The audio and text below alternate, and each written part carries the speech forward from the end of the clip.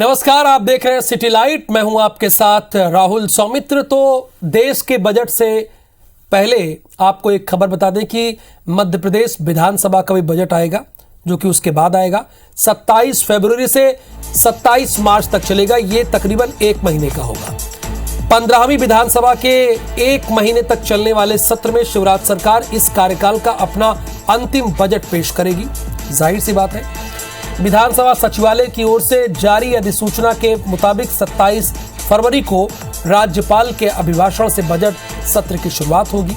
सत्र में बजट पेश करने के साथ स्थगन, ध्यानाकर्षण, शून्यकाल में सवाल जवाब के साथ अध्यादेश भी लाए जाएंगे।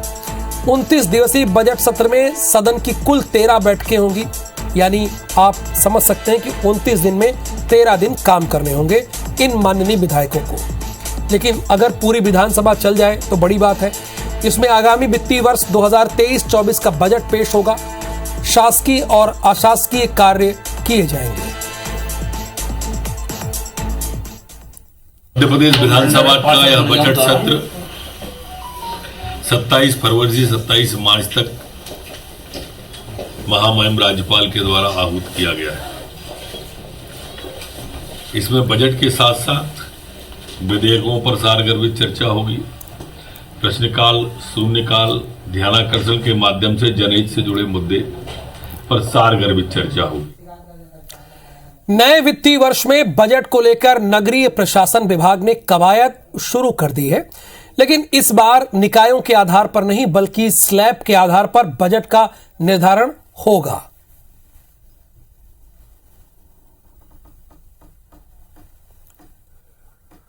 पूरे साल में आप एक बजट लेकर आते हो, उस बजट में आप काम नहीं कर पाते हो। आप बार बार अनुपूरक बजट मंजूर कराते हो। आप में उधार का घी पीने की आदत हो चुकी है। टैक्स देने के लिए जनता है ही, महंगाई झेलने के लिए जनता है ही। बजट का निर्धारण निश्चित रूप से विभागवारी होता है और जैसे कि लगभग जहाँ तक 400 से अधिक हेड नगर निगम के हैं और उन हेडों में अलग अलग हेड मत के माध्यम से राशि का निर्धारण किया जाता है। केंद्र सरकार 1 फरवरी को बजट पेश करेगी, जिसे लेकर हर वर्ग में चर्चा होने लगी है। बजट को लेकर रायपुर की गृहिणियों ने रसोई का खर्च कम किए जाने की बात रखी है। उन्होंने हर माह बढ़ रहे रसोई गैस के दाम कम किए जाने की मांग की है। सभी महिलाओं ने बढ़ रही महंगाई को रोकने की बात कही है।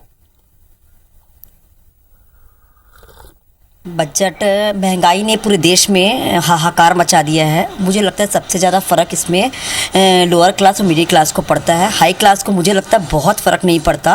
दाम तो बढ़ रहे हैं, राशन भी बहुत महंगा हो चुका है, तेल आसमान छू रहा है, गैस सिलेंडर भी बहुत महंगा हो चुका है। तो मेरे हिसाब से तो थोड़ा सा कम करना चाहिए सरकार को। सीनियर सिटीजन का भी रेलवे में भी कोटा ख़त्म कर दिया है और ये बहुत बड़ी मुश्किल की चीज़ हो गई है। हम जैसे लोग तो सफ़र कर सकते हैं, लेकिन जो लोअर कास्ट के लोग हैं उन लोगों के लिए तो बहुत मुश्किल। तो जो ब्यूटी प्रोडक्ट हैं हमारे बहुत ही महंगे हो गए हैं। तो लेडीज़ आती हैं पार्लर में, बोलती हैं चार्जेस बहुत बढ़ा दिए हैं आप। मांग यही है कि महंगाई थोड़ी कम कर। केंद्र सरकार के इस बार के बजट से प्रदेश के युवाओं को बहुत उम्मीद है और होनी भी चाहिए। क्यों ना उम्मीद हो।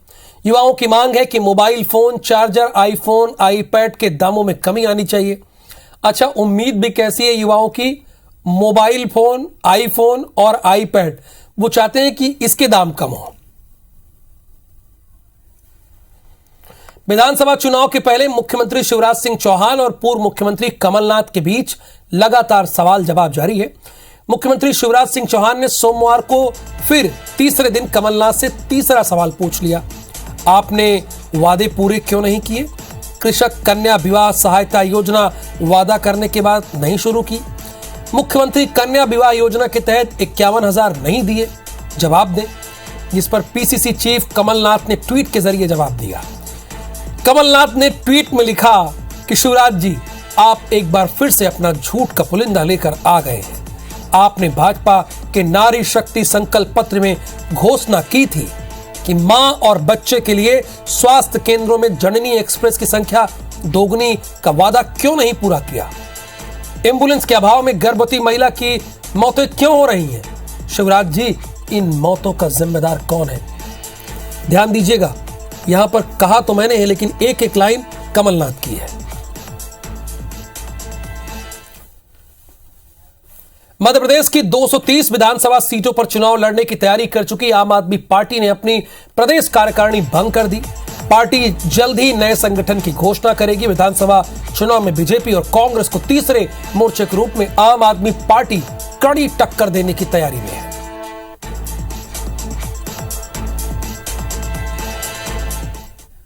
पहले बहुत कम लोग थे पार्टी में जो है, अब बहुत ज़्यादा आ गए हैं, तो नए लोगों को भी स्थान देना है। आम आदमी पार्टी पिछले दिनों जो पिछले चुनाव में उनका हश्र हुआ है उसमें अपने इतिहास को झांक कर देख ले। मध्य प्रदेश में ऐसी पार्टियों का जिनकी कोई विचारधारा नहीं है और जिनके पास जनता की सेवा करने का कोई रास्ता नहीं है, उनका कोई स्थान नहीं है। आम आदमी पार्टी की अपनी कोई रणनीति नहीं होती है। ये जो रणनीति होती है ये भाजपा की रणनीति होती है जो आम आदमी पार्टी के लिए चलाई जाती है और ये भारतीय जनता पार्टी के बी टीम के रूप में काम करती है।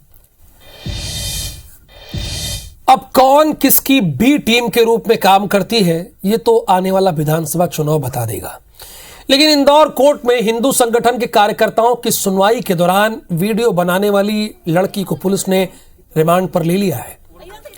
दरअसल विवादित नारे लगाने के मामले में इंदौर जिला कोर्ट में सुनवाई चल रही थी, जिसका एक युवती ने वीडियो बना लिया, जिसके बाद अधिवक्ताओं ने मामले में आपत्ति दर्ज कराते हुए पुलिस को बुला लिया। युवती के पास से 1.5 लाख रुपए बरामद हुए हैं। वही मामले में कई तरह के सवाल भी खड़े हो रहे हैं।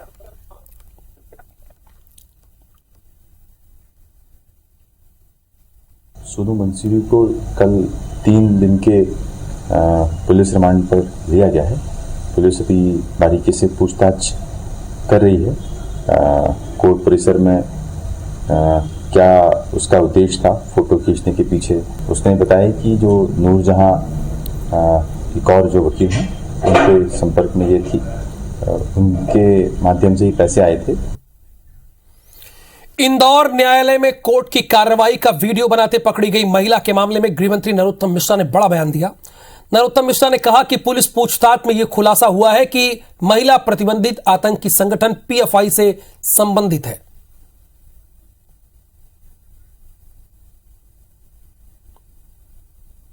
केस रजिस्टर्ड हो गया है उन पे। अनु अंसारी जो थी और उन्होंने स्वयं भी बयान में कहा है कि पीएफआई और पीस पार्टी को वो सहयोग करती थी और उपलब्ध कराती थी इस तरह के अपडेट। परिचय क्यों छुपाया, परिचय गलत क्यों बताया, ये सारे विषय जांच में लिए गए और सरकार ने इसे बहुत गंभीरता से लिया है। मध्य प्रदेश समेत देश में अमन, शांति और विकास के लिए सीएम शिवराज सिंह चौहान अजमेर शरीफ में हजरत ख्वाजा गरीब नवाज की खिदमत में चादर भेज रहे हैं। हजरत ख्वाजा मोइनुद्दीन चिश्ती के उर्स पर पवित्र चादर भेंटकर मध्य प्रदेश के लोगों की खुशहाली की दुआ मांगी जाएगी।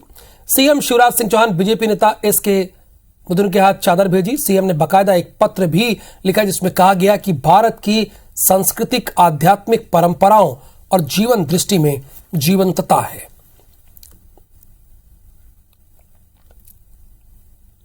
भारत की सांस्कृतिक आध्यात्मिक परंपराओं और जीवन दृष्टि में जीवंतता है। हजरत ख्वाजा गरीब नवाज की खिदमत में हाजिरी देना अपने आप में सवाब का काम है। मध्य प्रदेश के लोग खुशहाल रहें, गरीब नवाज से यही दुआ करते हैं। अपने शहरों कस्बों में जाएं तो एक पौधा अवश्य लगाएं। मध्य प्रदेश में चुनाव से पहले सरकार किसानों के लिए नई योजना लेकर आ रही है। प्रदेश के 10 लाख से ज्यादा किसानों को अगले वित्तीय वर्ष से लोन पर ब्याज नहीं देना पड़ेगा। बीजेपी सरकार कृषक समाधान योजना लागू करेगी। बजट में योजना की घोषणा होगी। इसमें समय पर लोन न चुकाने की वजहों से डिफाल्टर हुए किसानों को शामिल किया जाएगा। इसके बाद उन्हें सहकारी समितियों से फिर ब्याज रहित कृषि लोन दिया जाएगा। शिवराज सिंह चौहान जी की नीति और नीयत नहीं है कि किसानों का भला हो। आज किसान डिफाल्टर होकर बैठा है, वो किसकी वजह से? शिवराज सिंह चौहान जी की वजह से। उन्होंने आगे उस स्कीम को आगे नहीं बढ़ाया जो कमलनाथ जी ने चलाई थी। किसानों के लिए हमेशा भारतीय जनता पार्टी की सरकार संवेदनशील रही है। निश्चित रूप से कहीं ना कहीं इस तरह के मामले पहले देखे गए थे जिसमें डिफॉल्टर बड़े थे, लेकिन उनका जो कारण होता है अपने आप में वो कई बार ऐसा नहीं होता जिसको सरकार जो है अनदेखा कर दे। सरकार इस मामले में हमेशा चिंता करती आई है। उनके लोन्स को भी यदि आगे बढ़ाने की बात है, कैरी फॉरवर्ड करने की बात है, तो उस पर भी चिंता की गई है।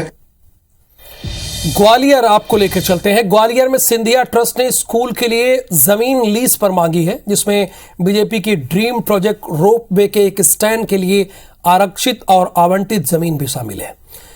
एक विज्ञप्ति भी जारी कर दी गई, जिसे लेकर नेता प्रतिपक्ष गोविंद सिंह ने तंज कसा है। उन्होंने क्या कहा, सुनते हैं। कोई भी जमीन की डिमांड करता है तो उसकी एक प्रोसेस है, हम दर्ज करते हैं, इश्तहार जारी करते हैं, ऑब्जेक्शन का परीक्षण करते हैं और ऐसे केस आते हैं। तो उसी प्रोसेस में जो है जमीन के आवंटन के मामले निपटाए जाते हैं। सिंधिया जी को धन्यवाद देते हूँ कि कम से कम ग्वालियर को उनका जो सोच पूरा ग्वालियर को हड़पने का है। अगर विधानसभा में मामला आएगा तो मैं इसका विरोध करूँगा। मध्य प्रदेश सरकार और केंद्र सरकार की एजेंसी मिलकर के बना रहे हैं, वो अपर टर्मिनल उन्होंने कोई दूसरी जगह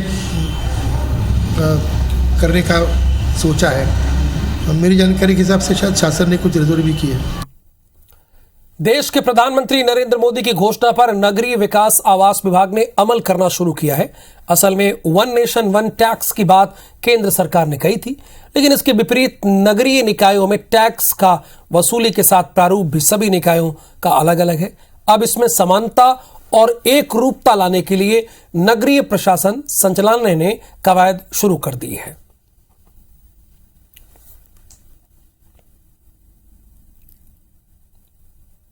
से एक नए तरीके का कर जनता के सर पर लादने की बात है। एक रूपता की इसमें कहीं कोई बात नहीं है। बात यह कैसे आप जनता से पैसा वसूलें, संपत्ति कर के नाम से, कहीं बिजली कर के नाम से, कई तरह कहीं रोड कर के नाम से, कभी स्वच्छ कर के नाम से, ऐसे कई तरह के कर जिनके नाम से ये सरकार पार्टी निरंतर जनता की खाल खींच रही है। जब देश एक है तो व्यवस्था भी एक सी होनी चाहिए।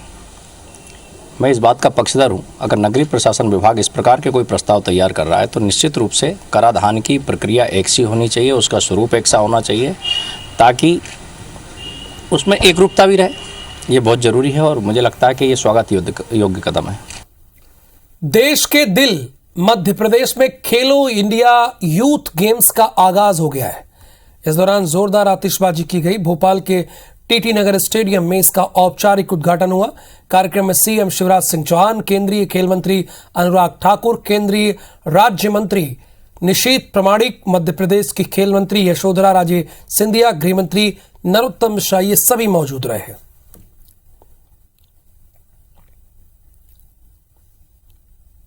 प्रधानमंत्री जी को धन्यवाद, उन्होंने मेजबानी का ये अवसर मध्य प्रदेश को दिया है।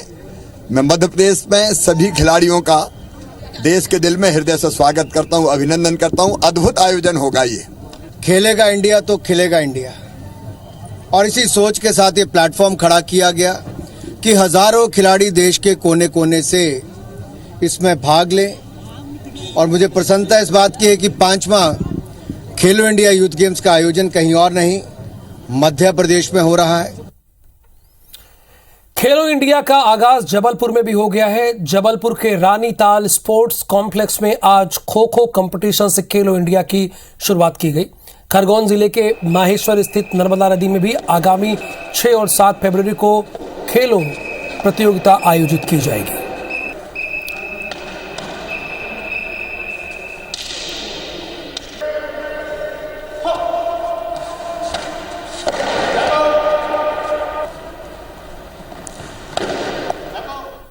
औरेला पेंड्रा मरवाही जिले में धर्म परिवर्तित कर चुके 6 परिवार के लोगों की विश्व हिंदू परिषद और बजरंग दल के कार्यकर्ताओं ने घर वापसी कराई। पेंड्रा ब्लॉक के देवरी कला गांव में बड़े पैमाने पर धर्मांतरण की शिकायतें मिल रही थी, जिसके बाद हिंदू संगठनों ने पूजा पाठ का आयोजन करके सनातन धर्म में इनकी वापसी कराई। मरवाही के विधायक के ध्रुव ने कहा कि धर्मांतरण रोकने में प्रशासन को निर्देश दिए गए हैं। कुछ कार्यकर्ताओं के द्वारा सूचना मिली, कोटमी के पास देवरी कला में कहते हैं घर वापसी कहते हैं हमारे समाज पनका समाज के लोगों के द्वारा कुछ लोगों की वापसी हुई और उसमें मैं भी शामिल हुआ और विधि विधान से कहते हैं उनके कहते हैं चरण धुलाकर, श्रीफल भेंट कर तिलक लगाकर, हनुमान चालीसा का पाठ वहाँ पर कराकर उनकी वापसी कराएगी। आज की घटना से ये लग रहा है कि आगे बढ़े ना, अपन जिला प्रशासन को भी निर्देशित करेंगे थोड़ा सतर्कता बरतते रहें ताकि ऐसे कोई अशांति ना फैले जिला में। मध्य प्रदेश की जिला अदालतों में 1255 पदों पर हो रही कर्मचारी भर्तियों में आरक्षण प्रावधानों को चुनौती देने के मामले में सुप्रीम कोर्ट ने राज्य सरकार और हाई कोर्ट प्रशासन को नोटिस जारी किया है। सुप्रीम कोर्ट के जस्टिस अजय रस्तोगी और जस्टिस बेला त्रिवेदी की बेंच ने राज्य सरकार के सामान्य प्रशासन और विधि विभाग समेत जबलपुर हाई कोर्ट प्रशासन को 6 फरवरी तक जवाब पेश करने के निर्देश दिए। सुप्रीम कोर्ट में ये याचिका ओबीसी, महिला और दिव्यांग वर्ग के 22 उम्मीदवारों ने दायर की। याचिका में ये कहा गया कि जिला अदालतों में स्टेनो और असिस्टेंट ग्रेड के 1255 पदों पर हो रही भर्तियों में आरक्षण प्रावधानों का पालन नहीं किया गया।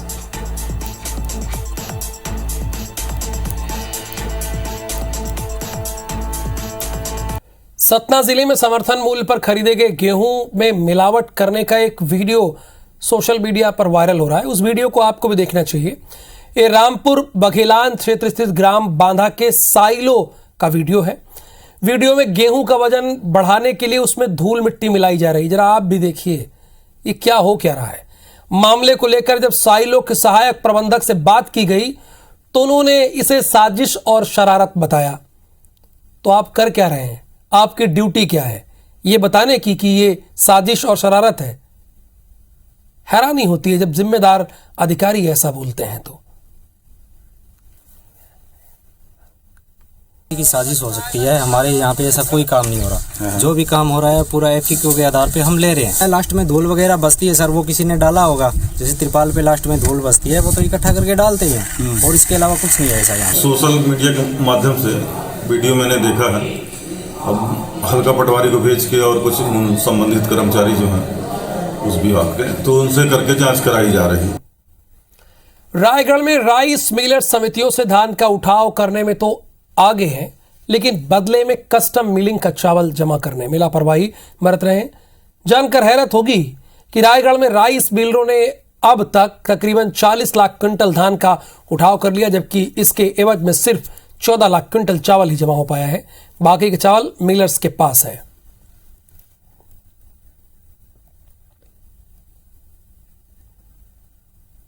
रायगढ़ जिले में लक्ष्य 4,27,000 का दिया गया था, जिसके विरुद्ध अभी 4,10,000 धान की मेट्रिक टन धान की खरीदी की गई है, जिसके अगेंस्ट में 3,89,000 का डीओ जारी हो गया है। थोड़ा सा जगह की समस्या होने के कारण हम अरवा फोर्टिफाइड एफसीआई के चावल जमा नहीं ले पा रहे हैं। बस वर्तमान में जिला प्रशासन अधिक से अधिक रेक लगने का प्रयास कर रहा है। एलआरटी के थ्रू जगह बन जाए ताकि हम चावल जमा ले सकें। एफसीआई डिपो रायगढ़ और खरसिया डिपो में ऐसी कोशिश कर रहे हैं। छत्तीसगढ़ में आंगनबाड़ी कार्यकर्ताओं और सहायिकाओं की हड़ताल का व्यापक असर देखने को मिल रहा है। बस्तर जिले में ही 1938 आंगनबाड़ी केंद्रों का संचालन पूरी तरह से ठप हो गया है। जिले की 4,000 कार्यकर्ताओं और सहायिकाओं के हड़ताल में जाने से 15,000 गर्भवती महिलाओं को सुपोषण का फायदा नहीं मिल रहा है।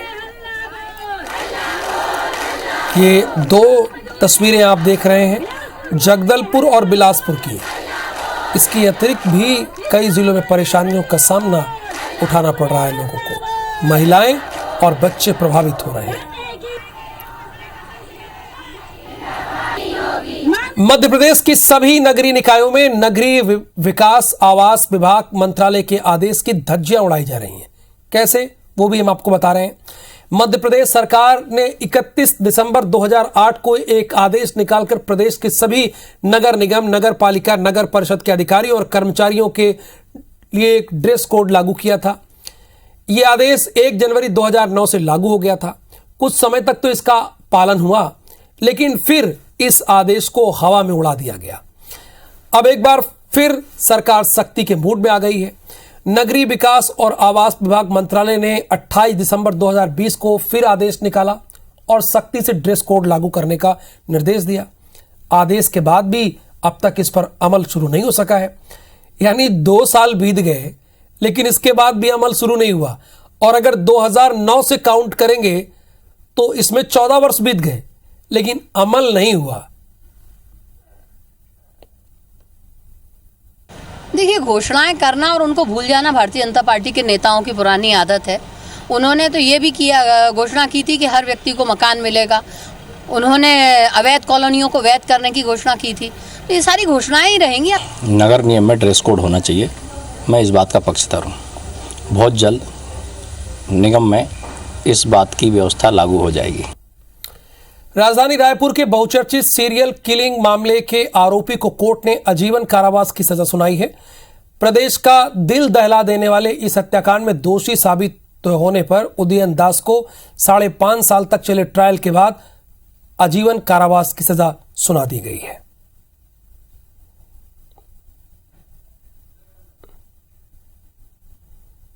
ये मामला काफ़ी पुराना है, 5.5 साल करीब इसका ट्रायल चला और इसमें सज़ा जो हुई है उदयन दास को वो आजीवन कारावास की सज़ा हुई है।